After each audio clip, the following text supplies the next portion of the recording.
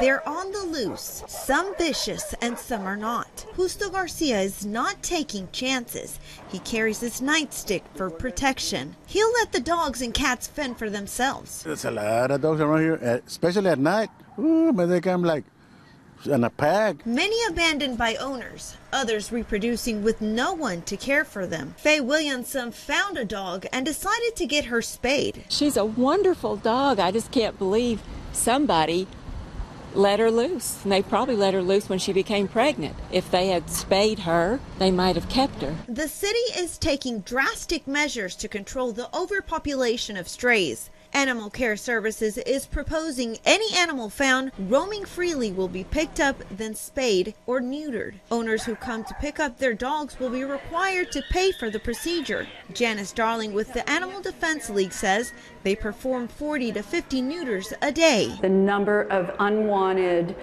and abused animals here in San Antonio. With a simple procedure that takes about 25 minutes, it could save a life like that of Walter's.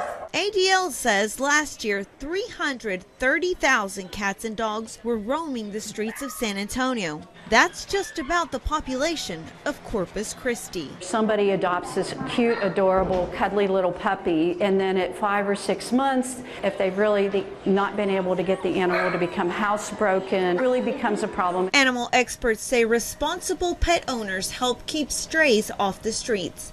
The new plan by ACS should help the rest.